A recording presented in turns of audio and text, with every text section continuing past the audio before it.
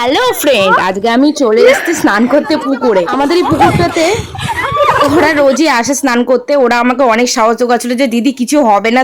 আর এই পুকুরটা আমাদের নিজেদেরই। ভাই রোজ আসে সাঁতার শিখতে, তাই ভাবলাম ভাইয়ের সাথে আমিও আসবো। আর দেখো ওরা আমার কিভাবে বোঝাচ্ছিল আমাকে। ভালো ভিডিও কর। সত্যি ওরা আমাকে যে এইভাবে সাপোর্ট করবে আমি ভাবতে পারিনি। আর এই দেখো এক একজনের লাভ মেরে কি করছিল। নেক্সট ডেতে আবার আমি স্নান করতে চলে এলাম। এই করে আমি প্রতিটা দিন আস্তে আস্তে একটু একটু করে সাহস জুগেছি। আসলে জল খুব একটা বেশি ছিল না, তারপরেও জলের তলায় কি আছে ওই ভেবে আমি পা দিতে ভয় পাই। আসলে পুকুরে মাছ চাষ করছিল, তাই তলায় মাছ যখন পায়ে ঠেকছিল আমি প্রচুর ভয় পাচ্ছিলাম। আর আগের দিনের তুলনায় ভাই বোনেরা অনেক বেশি ছিল।